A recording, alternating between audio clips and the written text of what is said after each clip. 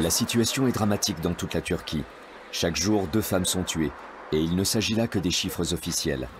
Pour les féministes, la faute en revient aussi à la politique gouvernementale.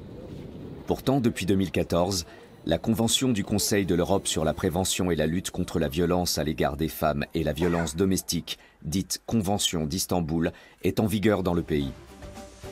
En dépit du contexte actuel, le président Erdogan menace d'abolir ces mesures de protection. Dans le stade de football de Bodrum, on élit aujourd'hui les représentants locaux de l'AKP. Le parti au pouvoir est le meilleur élève du pays en matière de parité, avec 40% de femmes parmi ses membres. Ce taux reflète néanmoins peu l'influence que celle-ci y exerce.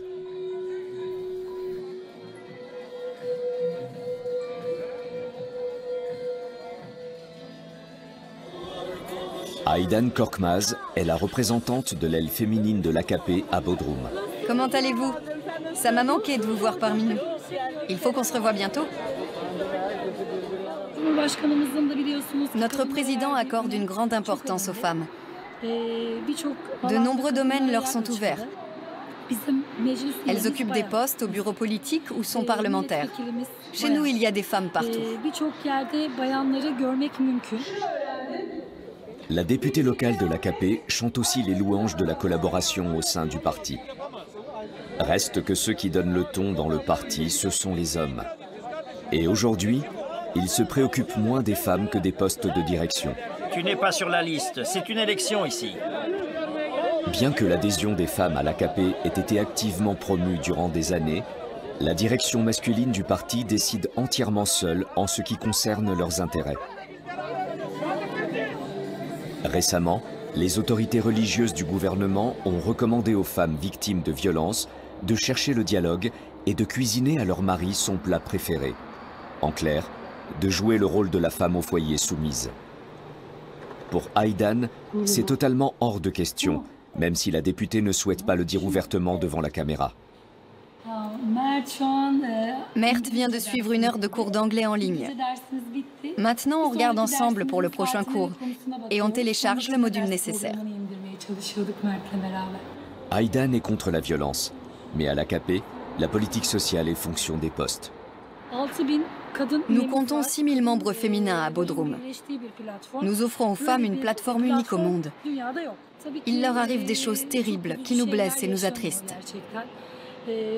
Comment peut-on empêcher cela? Officiellement, je ne peux rien dire sur la Convention d'Istanbul. En matière de politique sociale, nous suivons les consignes de notre ministre des Affaires sociales. Pour ma part, je pense que des peines lourdes et dissuasives sont nécessaires. Plus personne ne doit oser agir de la sorte. Aydan, la députée de l'AKP, retrouve de nouveaux membres du parti dans un café du port de Plaisance. Ce sont principalement des femmes d'affaires comme elle qui se rallient à leur cause.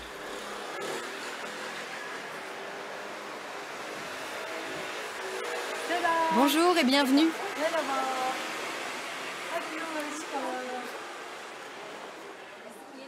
Les femmes sont contre l'ingérence de l'Europe dans les questions de politique intérieure de la Turquie. Mais elles sont aussi férocement opposées à la violence. Aujourd'hui, elles se retrouvent entre elles. Aydan estime qu'elles devraient faire valoir davantage leur point de vue au sein du parti. On explore de nouvelles pistes. On se réunit aujourd'hui pour adopter des positions fortes. On se demande comment on pourrait améliorer encore notre travail en tant que femmes au sein du parti. Il faut qu'on se retrouve plus souvent, qu'on développe des stratégies et qu'on fasse grossir nos rangs afin de renforcer notre position. Il y a aussi une violence psychologique à la base de tout ça. Les femmes encaissent toujours tout sans rien dire. Elles n'arrivent pas à se défendre. Il faut qu'elles renforcent leur confiance en elles. L'éducation est la clé pour élever des générations plus fortes. Je suis convaincue que quand une mère est instruite et a plus d'assurance, elle élève aussi ses enfants en ce sens. Face à la situation actuelle, des mesures s'imposent. Même les femmes de l'AKP en viennent à la conclusion qu'en matière de politique relative aux femmes, elles doivent présenter des revendications concrètes. Dans une ville comme Bodrum, la situation est déplorable. On doit se renforcer. J'aimerais que tous les enfants sans abri disparaissent des rues. Il n'y a plus aucune maison de retraite, ni aucune crèche. Il faut qu'on fasse bouger les choses. Tu oublies le foyer pour femmes. On n'en a pas non plus.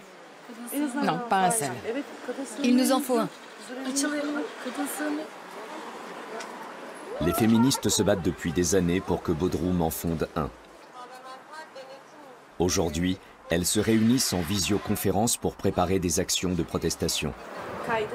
Au printemps, plus de 300 organisations féministes ont créé une plateforme pour empêcher que le pays se retire de la Convention d'Istanbul. L'union fait la force. Plus d'1 millier de femmes ont écrit au bureau du président. Elles protestent contre la sortie de la Convention. Le traité stipule que les grandes villes comme Bodrum ont pour obligation d'avoir au moins un foyer pour femmes. Les militantes en réclament un depuis des années, y compris auprès du maire de la ville, membre du CHP, le parti d'opposition. Mais en vain.